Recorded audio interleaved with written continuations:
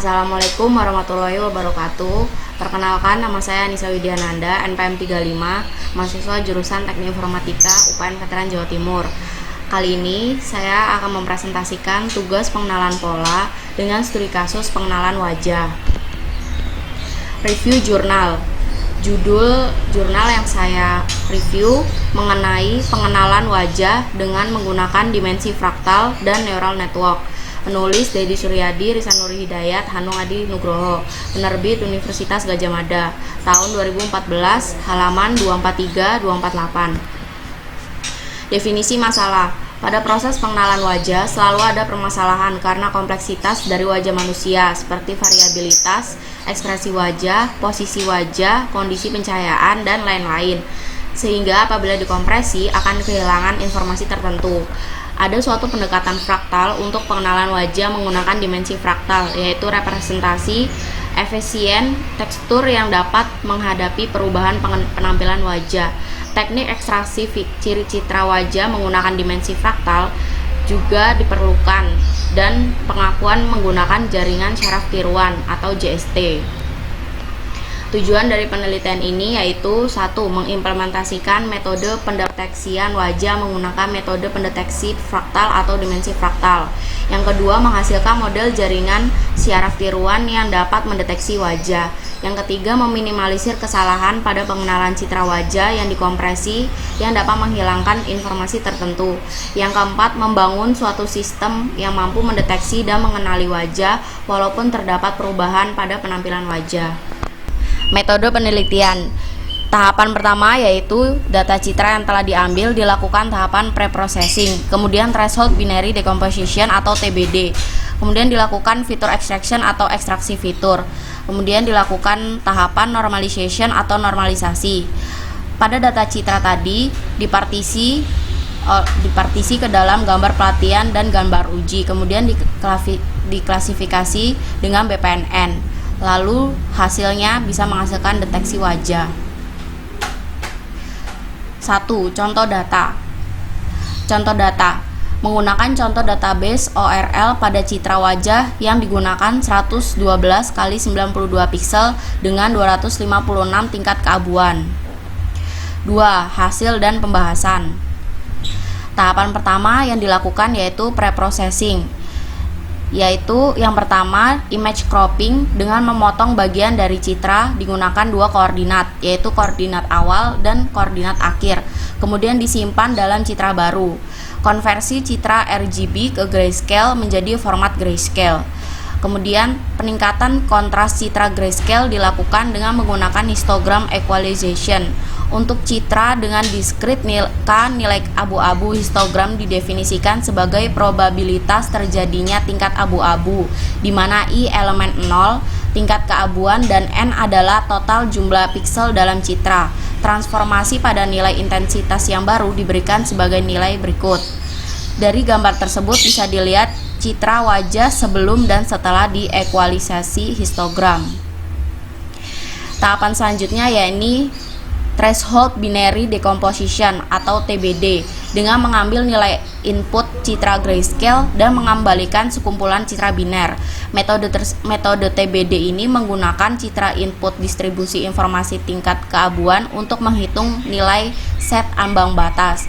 Pengukuran ini dapat diperoleh dari input citra grayscale dengan menggunakan algoritma dekomposisi biner. Dapat dilihat dari gambar A menunjukkan citra asli dan B adalah nilai threshold binary decomposition-nya atau TBD dengan nilai threshold bawah 0,625 dan nilai threshold atas sama dengan 1. Kemudian selanjutnya fitur extraction atau ekstraksi fitur menggunakan algoritma dimensi fraktal Hausdorff untuk menentukan pecahan dimensi. Dimensi fraktal dapat dihitung dengan ekspresi berikut, di mana N elemen adalah perhitungan hypercubes, di mana E dan panjang elemen yang mengisi objek. Tanpa menghilangkan suatu keadaan, algoritma pada kasus 2D ini dapat digambarkan sebagai berikut. Awalnya citra tersebut dibagi ke dalam grid, kemudian terdiri dari kotak berukuran elemen kali elemen. Langkah berikutnya menghitung jumlah N elemen dari kotak yang berukuran N elemen kali elemen menghitung setidaknya satu piksel objek, sehingga akan menghasilkan kurva yang mendekati garis lurus menggunakan metode line fitting.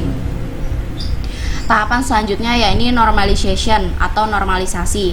Teknik normalisasi ini yang digunakan adalah normalisasi min-max dengan rumus x min-max x aksen sama dengan x max min x min dikali xi min x min per x max min x min plus x min, di mana fitur ini menunjukkan nilai konstan untuk fitur dalam data. Ketika nilai fitur ditemukan dalam data dengan nilai konstan, itu harus dihapus karena tidak memberikan informasi ke jaringan syaraf. Sehingga normalisasi min-max ini dapat menerapkan fitur-fitur yang baru dan memiliki keunggulan menjaga semua hubungan dalam data setelah normalisasi fitur vektor lalu menentukan standar deviasi sebelum dilanjutkan ke tahap klasifikasi. Selanjutnya pada standar deviasi ini dilakukan vektor fitur melengkapi informasi dari data yang diambil masing-masing citra biner tanpa meningkatkan secara signifikan waktu komputasi dengan rumus standar deviasi sebagai berikut, di mana vektor fitur citra dan mu adalah rata-rata vektor fitur citra dengan n sama dengan vektor fitur citra. Dapat dilihat dari grafik tersebut di mana citra yang diambil mengalami perubahan pada threshold binary decomposition. Kemudian dilakukan border binding menghasilkan data citra set yang baru. Kemudian bisa dihitung fractal dimension atau dimensi fraktalnya. Kemudian bisa menentukan standar deviasinya.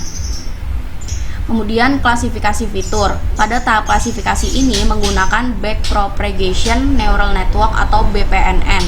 Klasifikasi ini dilakukan untuk setiap orang dalam database di mana deskriptor milik wajah orang digunakan sebagai contoh positif bagi jaringan orang, diberikan nilai 1 sebagai output, dan negatif untuk jaringan yang lain, diberikan nilai 0 sebagai output.